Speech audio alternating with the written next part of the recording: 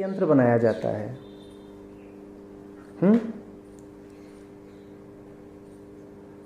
आप एक कार खरीदते हो, वहाँ भी अगर आप पूछो विक्रेता से कि कितना चलेगी तो बता देगा कि इंजन की उम्र करीब 2 लाख किलोमीटर की है। आप एक बल्ब खरीदो, आप पूछो कितना चलेगा तो कुछ कुछ बता ही देगा, साल भर 2 साल। वैसे ही अगर आपके यंत्र की एक औसत उम्र है 80 साल 100 साल, तो उसको आप विशेष क्यों मानते हो? उसमें आप उसको जीवित क्यों कहना शुरू कर देते हो? एक कार वो सब कुछ करती है जो उसकी डिजाइन में शामिल है, जिस वास्ते वो निर्मित हुई है, वो सब कुछ करती है ना। आप भी ठीक उसी तरीके से वही सब कुछ करते हो जैसा आपको संस्कारित किया गया है, जैसा आपका रूप रंग मॉडल डिजाइन है। आप में और किसी यंत्र में क्या अंतर है? हर यंत्र अपनी उम्र अपनी अवधि पूरी करके बेकार हो जाता है, कबाड़ हो जाता है। एक दिन आता है जब आपका यंत्र भी कबाड़ हो जाता है। इसमें आपको खास क्या लगता है? इसमें ऐसा कौन सा आध्यात्मिक राज है जो आप खोलना चाहते हैं? आपका एक यंत्र चल रहा है और चलते चलते अब वो धीरे धीरे धीरे धीरे क्रमशः खस्ता होता जा रहा है। एक दिन आएगा कि इतना खस्ता हो जाएगा कि खत्म। कोई पुरानी कार स्कूटर कभी बेची नहीं क्या? पुराने ब्लैक एंड व्हाइट टीवी आपके अभी भी चल रहे हैं क्या? तो मौत में इतना क्या खुफिया है? अब मैं बताता हूं क्या खुफिया है। बुरा लग रहा है, अब बुरा ये लग रहा है कि हम कोई यंत्र हैं। बस यही है, आप जिसको जीवन कहते हो अहंकार है। अन्यथा जीवन पूर्णतया यांत्रिक है, और जब यंत्र पूर्णतया यांत्रिक हो जाता है तब वास्तव में जिंदगी होती है। शरीर को बिल्कुल बिल्कुल मशीन की तरह ही चलते रहने देना चाहिए। उसके साथ सिर्फ उतनी ही छेड़खानी करनी चाहिए जितनी कार के साथ की जाती है सर्विसिंग के माध्यम से।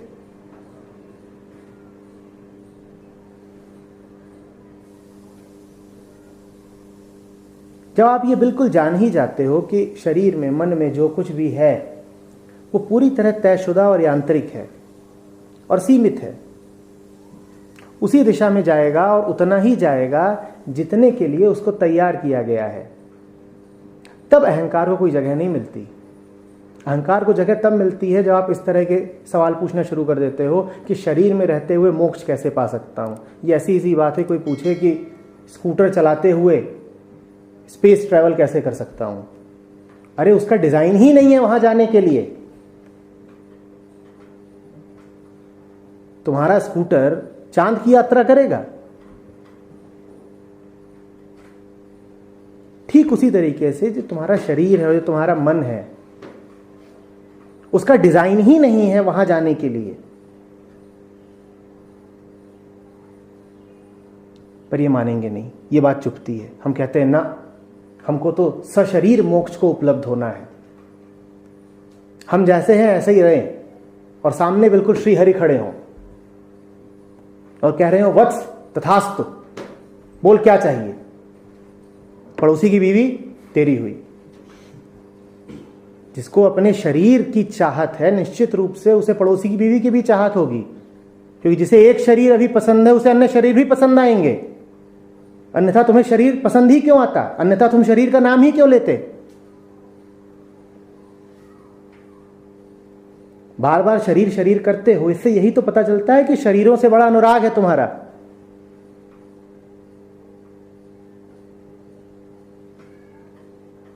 ऐसा होगा नहीं। शरीर शरीर है। उन्हें नाप करके पेट्रोल डाला करो। कितना प्रदूषण उत्सर्जित कर रहा है वो नापा करो। यहाँ पे सर्टिफिकेट लगाया करो, पॉल्यूशन ओके, नियमित रूप से सर्विसिंग कराया करो, बस इतना ही है ये। इससे ज्यादा इस काया का ना कोई मोल है, ना महत्व है, ना पहुंच है, कहीं नहीं जाएगी ये। तुम्हारे सामने एक भव्य से भव्य आलीशान प्लेन खड़ा होता है, वो आया कहां से? वो मिट्टी से आया। वो लोहा कहां से आया? वो मिट्टी से आया। और अंततः उसको क्या हो जाना है? मिट्टी हो जाना है। तुम्हारा शरीर भी मिट्टी से आया और अंततः मिट्टी हो जाना है।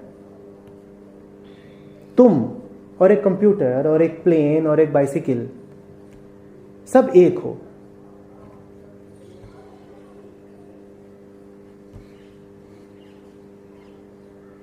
सारी चूक पैदा कर देता है अहंता का भाव। जुड़ जाते हो, जब जुड़ जाते हो तो चाहने लगते हो कि जिससे जुड़े हैं वो जरा महान और भव्य हो, गौरवपूर्ण हो, तो फिर शरीर को सजाते हो। जैसे कि अगर किसी कार से जुड़ जाओ तो नहीं उसको,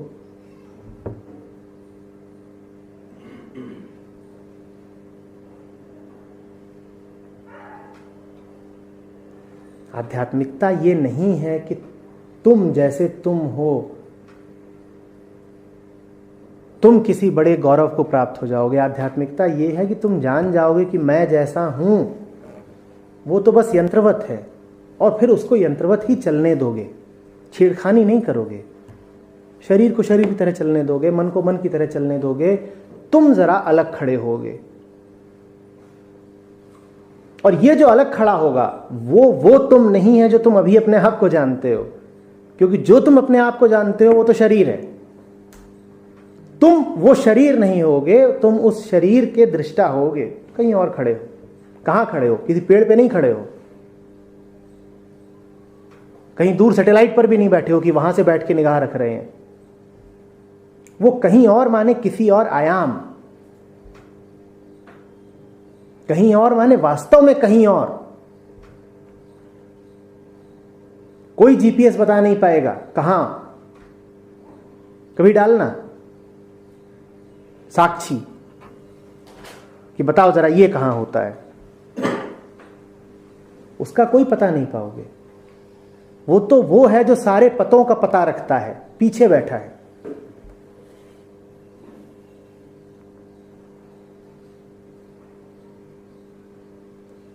बात आ रही है समझ में? इसको बहुत गंभीरता से मत लिया करो।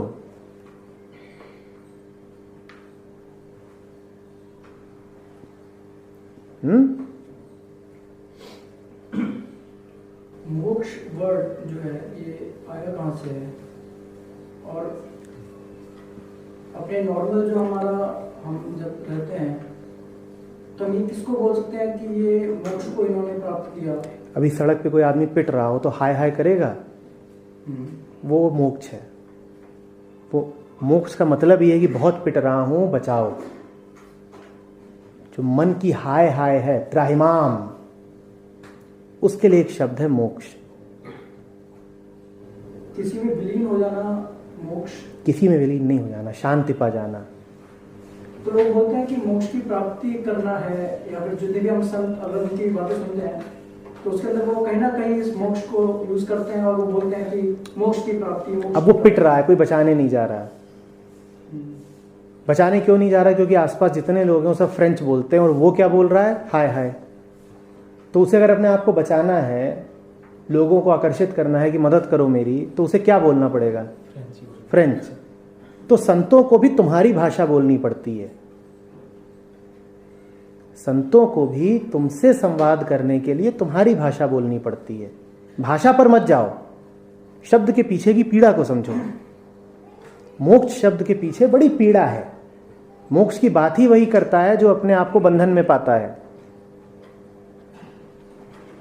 शांति की बात ही वही करता है जिसकी पिटाई हो रही होती है। तो इस दुनिया ने इसीलिए इतनी बात करी है मोक्ष की। आप कहेंगे नहीं साहब, दुनिया तो बात ही नहीं करती मोक्ष की, संत करता है। बिल्कुल ठीक। संत अकेला है जो जान जाता है कि मुक्ति चाहिए। दुनिया कहती है कि अभी दुनिया ही और चाहिए, चाहिए दोनों कहते हैं। संत समझ जाता है कि और दुनिया मांगी तो और पिटाई और कष्ट ही मांग रहा हूं और हाय हाय ही मांग रहा हूं। दुनिया को अभी ये समझ में नहीं आता। दुनिया कहती है नहीं, अभी दुनिया में ही कुछ और है जो अगर मिल जाए तो क्या पता चैन आ जाए। दुनिया दुनिया मांगती है, संत दुनिया से मुक्ति मांगता है। मांग दोनों ही रहे हैं, मांग दोनों ही रहे हैं, और एक अर्थ में दोनों एक ही चीज मांग रहे हैं, दोनों ही मोक्ष मांग रहे हैं। इस मांगने का ही नाम मोक्ष है। हम सब लगातार कुछ मांग रहे हैं ना, जो मांग रहे हैं उसका नाम मोक्ष है। और जब बिल्कुल शांत हो जाओगे, अब पिट नहीं रहे हो, तो हाय हाय बंद, हाय हाय बंद, तो मोक्ष की बात बंद। तुम पढ़ो दत्तात्रेय को कि अष्टावक्र को, वो मोक्ष की कोई बात ही नहीं करेंगे। बोलेंगे किसके लिए मोक्ष, कैसा मोक्ष, हमें नहीं चाहिए मोक्ष। मुक्त को मुक्ति क्यों?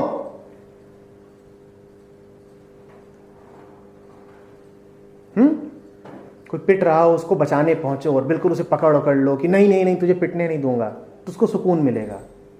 और कोई चैन से हो, शांत बैठा है, तुम गए उसको तुमने पकड़ लिया कि तुझे मोक्ष दूंगा, तुझे पिटने नहीं दूंगा, तुझे मुक्ति दूंगा, तो तुम्हें देखेगा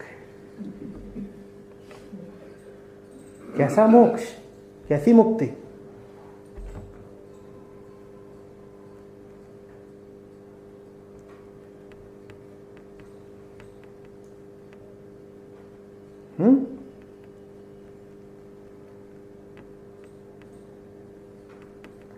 तो मोक्ष एक क्रिया है, स्थिति नहीं। मोक्ष न क्रिया है न स्थिति है। मोक्ष हर क्रिया में उठने वाला आर्तनाद है। क्रिया माने कोई करने वाला होगा ना, कुछ हो रहा है, जो हो रहा है उसमें तुम्हें कष्ट है, कष्ट है तो चिल्ला रहे हो मोक्ष चाहिए मोक्ष चाहिए। हर स्थिति में परेशान हो, जब परेशान हो तो कह रहे हो शांति चाहिए शांति चाहिए। ये चाहना, मोक्ष को चाहना है।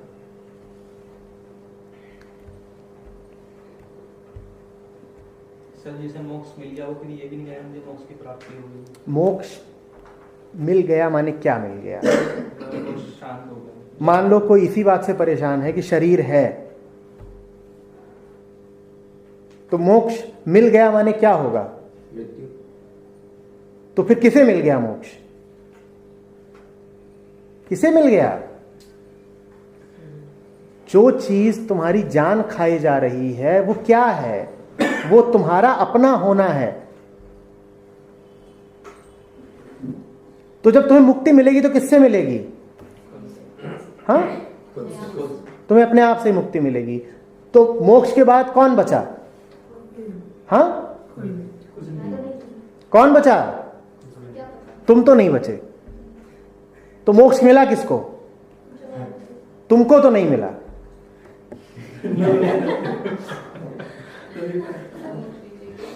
जब तुम अपने आप से ही परेशान हो तो मोक्ष का मतलब होता है अपने आप से मुक्ति। तो तुमको थोड़ा ही मिलता है मोक्ष। परीक्षा यही है, हमें मिल जाए, स्कूटर चांद पे पहुंच जाए। वो देखा है वो वाला स्कूटर, वो जो यूं करके वो चांद की ओर जा रहा है, बिल्कुल धुआं छोड़ता। हमारे शरीर का डिजाइन पैटर्न ऐसा नहीं है कि हम भगवान की प्राप्ति या फिर भगवान हमारे सामने साक्षात्कार हो सके उनका। भाई कोई भी डिजाइन सीमित होगा। बात इस शरीर की नहीं है, बात इस डिजाइन की नहीं है। तुम कोई भी अभिकल्पना करोगे वो मानसिक ही तो होगी, शारीरिक ही तो होगी, त्रिआयामी ही तो होगी।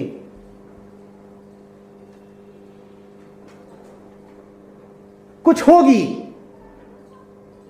और जब तक कुछ है तब तक मोक्ष नहीं है। कुछ तो होगा, और ये जो होना है यही तो तुम्हारा कष्ट है, यही तुम्हारे दिल में शूल उतरा हुआ है और तुम कह रहे हो अच्छा ये ना हो वो ना हो, शूल की डिजाइन बदल लोगे तो चैन आ जाएगा कि देखिए वो वाला जो है ना वो बड़ा चिकना चिकना खंजर है, जरा वो उतारिएगा तो क्या होगा?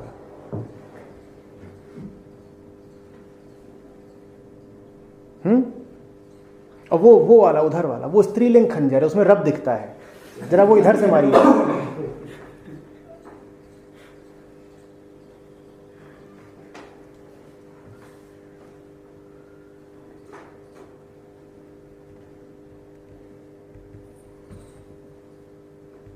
तुम अपने दिल में आप उतरा हुआ खंजर हो। अब बताओ मोक्ष माने क्या?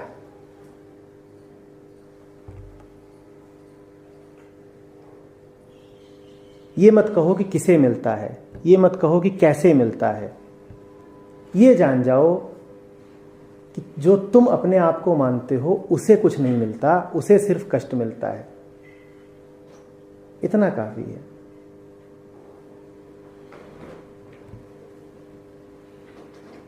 किसे किसे मिलेगा? मुझे तो नहीं मिलेगा। बस इतना बोलना काफी है। बुद्ध का क्या हुआ, कैसे हुआ, क्यों हुआ, कब हुआ, व्यर्थ की बात है, मेरा तो नहीं हो सकता। ये जो परम हताशा है यही तुम्हें परम के पास ले जाती है। और जब तक तुम्हें अपने आप में आशा शेष है तब तक बस अपने तक ही रह जाओगे।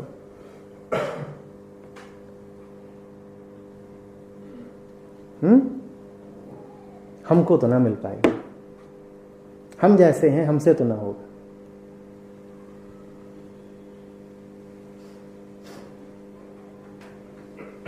अहंकार क्या है? बस यही भाव कि हम कर लेंगे, हमसे हो जाएगा।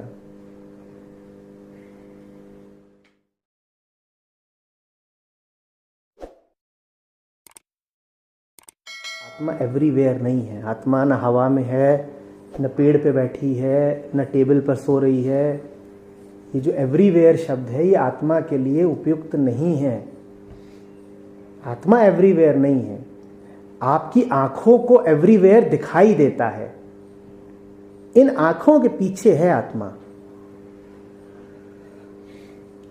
आत्मा को एवरीवेयर बोल करके आपने आत्मा को वहां उस रैक में बैठा दिया, चांद पे चढ़ा दिया, समुद्र में डुबो दिया, इसी संसार का हिस्सा बना दिया। और ये बात इतनी ज्यादा बोली गई है कि अब आपके मन में बैठ गई है कि आत्मा तो सर्वत्र है।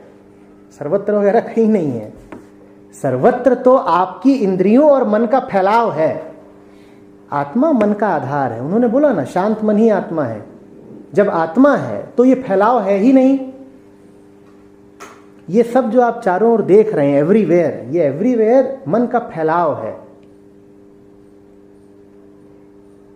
यहां थोड़ी आत्मा पा जाओगे आप कि केले के पेड़ में आत्मा। और बहुत सारे ऐसे संतजन हो गए हैं जिनको आत्माएं दिखी हैं। कहां थी? दीवार पर चढ़ के आत्मा बैठी थी। अरे दीवार आपकी इंद्रियों का प्रक्षेपण है। हाँ, इंद्रियों का जो मूल है, जो जड़ है, वो आत्मा है।